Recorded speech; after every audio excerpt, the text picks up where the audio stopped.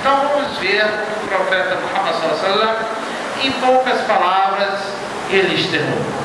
A primeira coisa ele disse: Allahumma inni as'aluka ilman nafi'a. A primeira coisa que nós temos que buscar para orientarmos nas ações de cada dia, um conhecimento útil. Fazer contagem de quantas garrafinhas tem no museu tal e em que prateleira está, isso não é iluminável.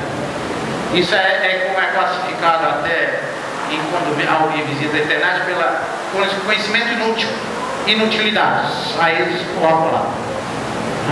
Então, a primeira coisa que nós devemos fazer, Allahumma inni as'aluka ilman nafi'a.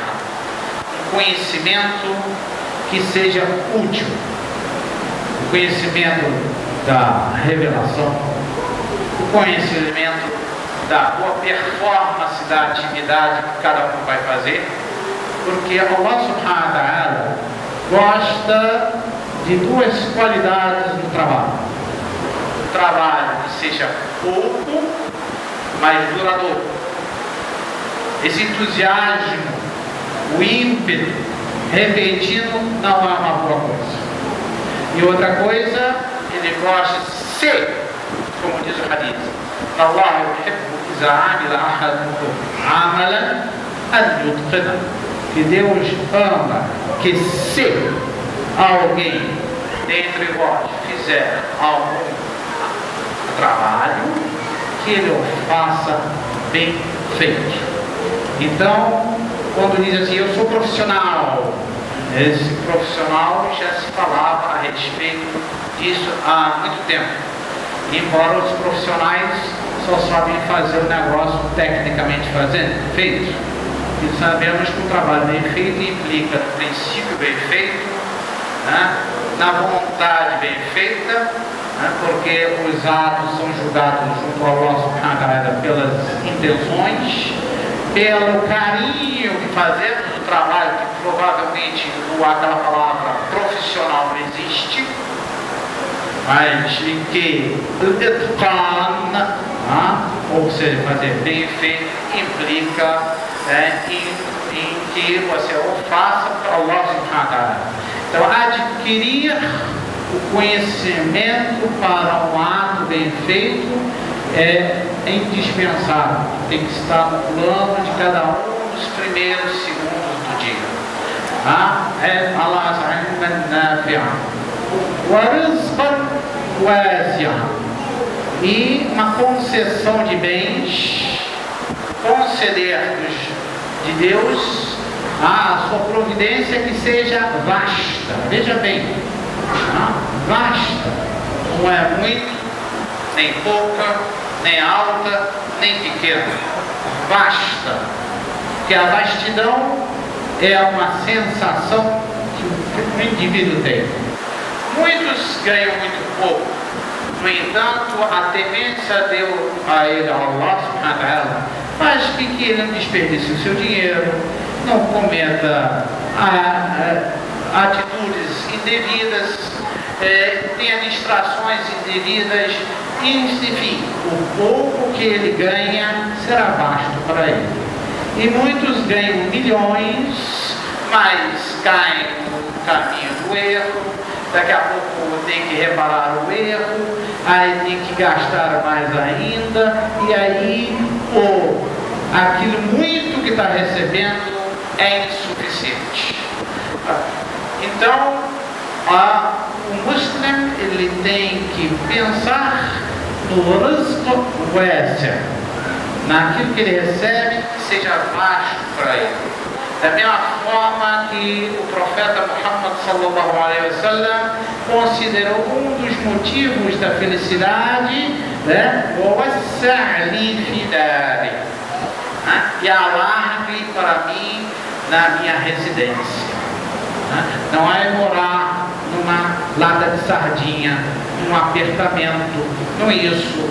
O profeta Muhammad sallallahu alaihi wasallam considerou o fato de residir num lugar largo, em que você se sente à vontade, um dos motivos da felicidade. Então, a segunda coisa é desejar o rizq wasi'an. Evidentemente, o rizq tem que ser halal, porque senão Allah subhanahu wa ta'ala diz que a ma'isha, quer dizer, o dia a dia, vai ser dankan, quer dizer, uma vida estreita, uma vida de pouca largura. É isso que vai ser a decorrência da busca do rizq pelo ilícito.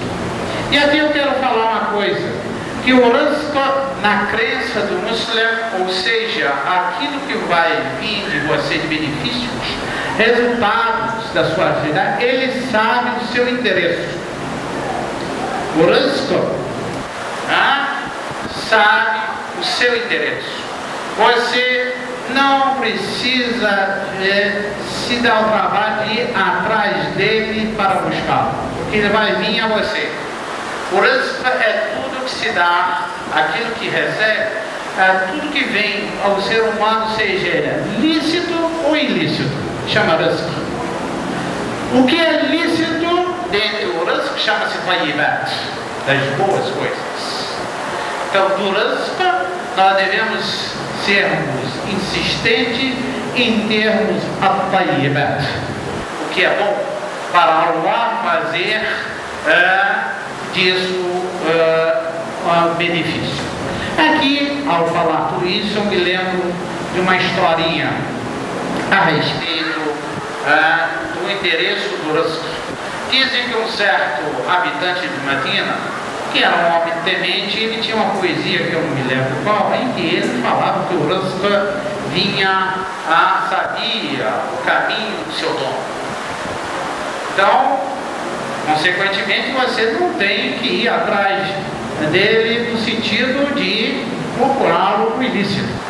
Mas a vida desse homem temente ficou meio difícil. Aí alguém falou para ele: sai aqui de Medina ou de Meca, onde ele morava, e vai lá em Damasco, procura falar com o Khalifa e fala para ele que a sua situação está ruim, se ele pode te ajudar.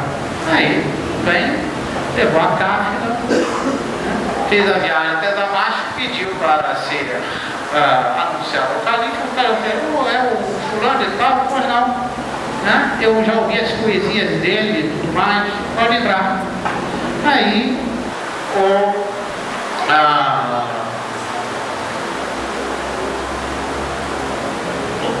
o poeta logo disse lá que ele veio ali por necessidade. Mas o Khalifa falou: justamente você que falou que não é para mendigar, não é para ser subserviente, e vem a mim e tal, que negócio é isso? Aí o homem, com consciência da besteira que ele fez, ele deu meia volta e voltou para a cidade dele.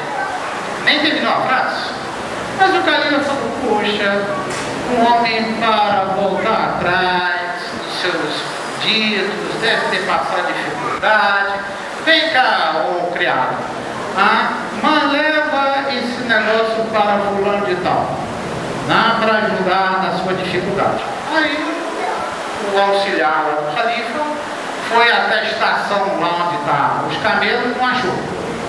Aí, como tinha uma ordem expressa de entregar, foi atrás. Cada vez que ele chegava numa estação, ele não alcançava o homem. Até que o homem chegou em Meca, ficou lá na casa dele, se instalou e de repente ainda nem se instalou.